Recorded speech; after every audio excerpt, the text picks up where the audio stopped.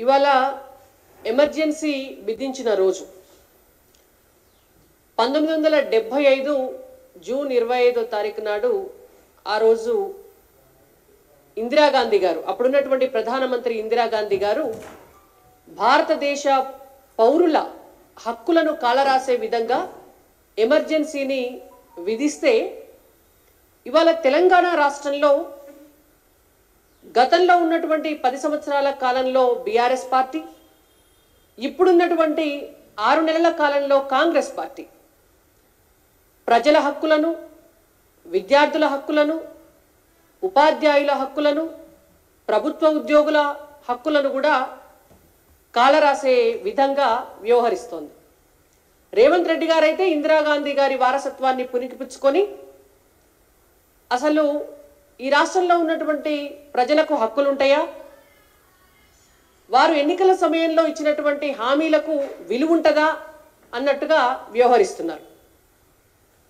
చాలా చిత్రమైనటువంటి విషయం ఏంటంటే ఎన్నికల సమయంలో మేము ప్రజాపాలన అందిస్తాం, మేము ప్రజల కోసం పనిచేస్తాం, మేము ప్రభుత్వ ఉద్యోగుల పక్షాన ఉంటాం, మేము ప్రైవేట్ రంగంలో పనిచేసేటటువంటి వాళ్లకు బతుకు భరోసానిస్తాం, మేము రైతుల కోసం పనిచేస్తాం, మేము మహిళలకు చేయూతనిస్తామని చెప్పి, మేము నిరుద్యోగులకు ఉద్యోగాలు ఇస్తామని చెప్పి అధికారంలోకి వచ్చినటువంటి కాంగ్రెస్ పార్టీ 6 గ్యారంటీల పేరుతో 13 హామీల పేరుతో 69 దానికి అదనపు హామీల పేరుతో మొత్తం గంపగుత్తగా అక్కడిక్కడ మాట్లాడిన ఒక 400 హామీల పేరుతో ఇవాళ జనం నెత్తి మీద ఒక గాడిద గుడ్డు పెట్టింది. మోసం తెలంగాణ ప్రజలను దగా చేసింది. ఆ ప్రజల్లో భాగమైనటువంటి ఉద్యోగుల విషయానికి వస్తే కూడా తెలంగాణ రాష్ట్రంలో బడి పిల్లలకు పాఠాలు చెప్పేటటువంటి పంతుళ్ళు గత 6 నెలల కాలం నుంచి కాళ్ళరిగేలాగా రేవంత్ రెడ్డి గారి ఇంటి చుట్టూ, ముఖ్యమంత్రి గారి కార్యాలయం చుట్టూ, సదరు ఆఫీసర్లు ఎవరన్నా ఉంటే వాళ్ళ కార్యాలయాల చుట్టూ కాళ్ళరిగేలాగా తిరుగుతున్నారు. వాళ్లకు వారం రోజులు బడి ఉంటుంది, సెలవు ఒక ఆదివారం ఉంటుంది. ఆదివారం నాడు హైదరాబాద్కు వస్తే ఏ ఆఫీసర్ ఉండడు. విద్యాశాఖ మంత్రి ఉండడా అంటే విద్యాశాఖ మంత్రి లేడు. విద్యాశాఖను తన దగ్గర పెట్టుకున్నటువంటి రేవంత్ రెడ్డి గారు కలవరు. మరి ప్రభుత్వ ఉపాధ్యాయులు వాళ్ళ గోస ఎవరికి చెప్పుకోవాలా? తెలంగాణ రాష్ట్రంలో 65,000 మంది ఎస్జిటి ఉపాధ్యాయులు ఉంటే ఈ 65,000 మంది ఎస్జిటి ఉపాధ్యాయుల ప్రమోషన్స్ విషయంలో గతంలో రాజీవ్ గాంధీ గారు ప్రధానమంత్రిగా ఉన్నప్పుడు వచ్చినటువంటి ఒక నూతన విద్యా విధానంలో భాగంగా ఆనాడు ఉమ్మడి ఆంధ్రప్రదేశ్లో ఉన్నటువంటి తెలంగాణ ప్రాంతంలో కూడా ఎస్జిటిల నియామకాల విషయంలో టీటీసీ చేసి ఉపాధ్యాయ వృత్తిలోకి ఎస్జిటిలుగా నియమించబడినటువంటి వాళ్ళతో వాళ్ళ నెంబర్ సరిపోకపోవడం వల్ల బీఎడ్ చేసినటువంటి వాళ్ళను కూడా ఎస్జిటిలుగా ఆ రోజు ప్రభుత్వం తీసుకోవడం జరిగింది. నియమించుకున్న నాడు బానే ఉంది, నియమించుకున్న నాడు ప్రభుత్వ ఉద్యోగులుగా టీచర్లుగా వాళ్ళను ఎక్కడికి వెళ్ళమంటే అక్కడ పోయి వాళ్ళు పనిచేసినారు.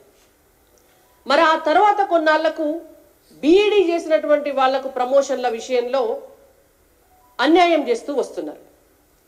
ఇవాళ రేవంత్ రెడ్డి గారికి గత 6 నెలల కాలంలో ఎస్జిటిలుగా నియమించబడినటువంటి అన్యాయానికి గురవుతున్నటువంటి వాళ్ళంతా కూడా ఇంటి చుట్టూ తిరుగుతూ మొరబెట్టుకుంటున్నారు.